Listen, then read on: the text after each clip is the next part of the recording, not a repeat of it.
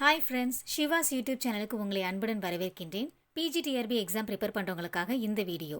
PGTRB general knowledge unit 2 Indian constitution part 1 வினா மற்றும் விடைகள்.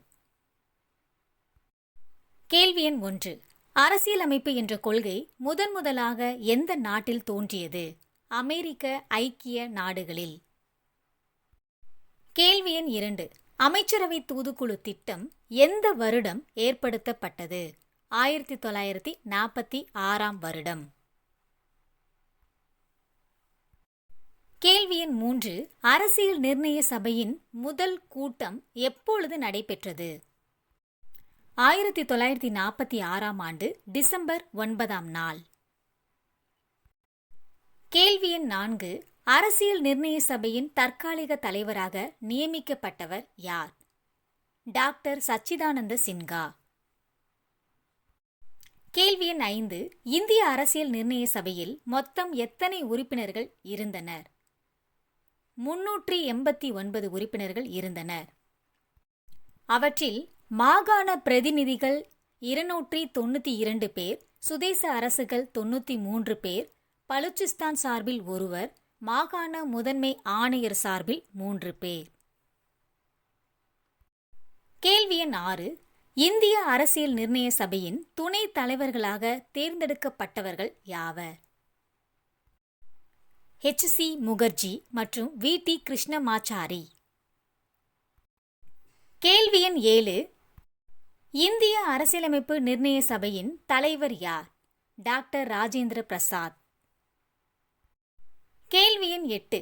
அரசியல் நிர்ணய சபையின் கூட்டத்தின் போது மொத்தம் எத்தனை திருத்தங்கள் முன்வைக்கப்பட்டன? 2473 திருத்தங்கள். கேள்வி எண் 9. அரசியல் நிர்ணய சபையின் கூட்டம் மொத்தம் எத்தனை நாட்கள் நடைபெற்றது? 11 அமர்வுகளாக 166 நாட்கள் நடைபெற்றது. கேள்வி எண் 10. இந்திய அரசியலமைப்பு சட்ட வரைவு குழுவின் தலைவராக நியமிக்கப்பட்டவர் யார்? Doctor B.R. அம்பேத்கர். கேள்வி எண் 11. இந்திய அரசியலமைப்பு சட்டத்தில் உள்ள பிரிவுகள் யாவை? முகவுரை 22 பாகங்கள், 395 சட்ட பிரிவுகள் மற்றும் 8 அட்டவணைகள். கேள்வி எண் 12. இந்திய அரசியலமைப்பு சட்டம் ஏற்றுக்கொள்ளப்பட்ட ஆண்டு? 1949 நவம்பர் 26 நாள். கேள்வி எண் 13. இந்திய அரசியலமைப்பு சட்டம் எப்பொழுது நடைமுறைக்கு வந்தது? 1950 ஜனவரி 26 நாள். கேள்வி எண் 14.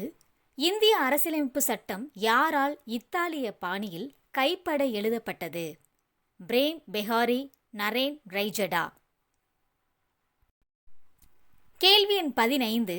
அரசியல் அமைப்பின் திறவுகோல் என்று அழைக்கப்படுவது எது? முகவுரை. கேள்வி எண் 16. ஜவஹர்லால் நேருவின் குறிக்கோள் தீர்மானம் எப்பொழுது ஏற்றுக்கொள்ளப்பட்டது?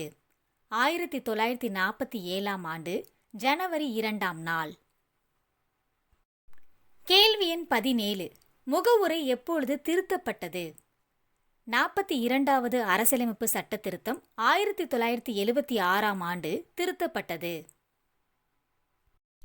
கேள்வி எண் 18. 42வது அரசியலமைப்பு சட்ட திருத்தத்தின்படி முகவுரையில் சேர்க்கப்பட்ட வார்த்தைகள் யாவை? சமதர்மம், சமய சார்பின்மை, ஒருமைப்பாடு. கேள்வி எண் 19. குடியுரிமையை பற்றி விளக்கும் இந்திய அரசியலமைப்பு பாகம் மற்றும் பிரிவு எது?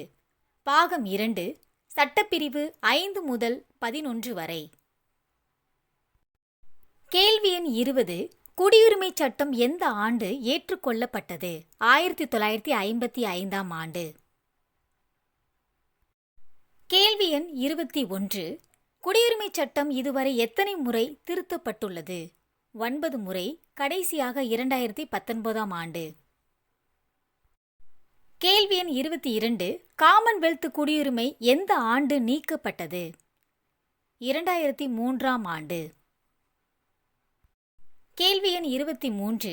இந்திய குடிமகன் ஒருவர் எத்தனை வழிகளில் குடியுரிமையை பெற இயலும்? 5 வழிகளில். கேள்வி எண் 24. ஒரு வெளிநாட்டவர் இந்திய குடியுரிமையை பெற செய்ய வேண்டியது என்ன?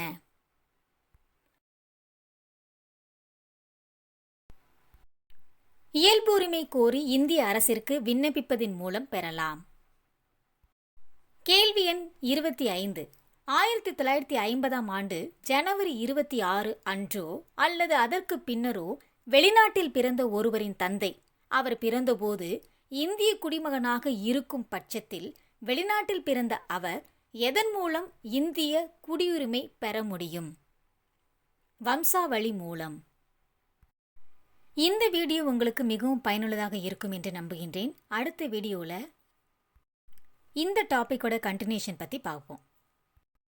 இந்த வீடியோ உங்களுக்கு பிடிச்சிருந்தா உங்கள் ஃப்ரெண்ட்ஸ்க்கு ஷேர் பண்ணுங்கள், லைக் பண்ணுங்கள், கமெண்ட் பண்ணுங்கள், சப்ஸ்கிரைப் பண்ணுங்கள். தேங்க்யூ.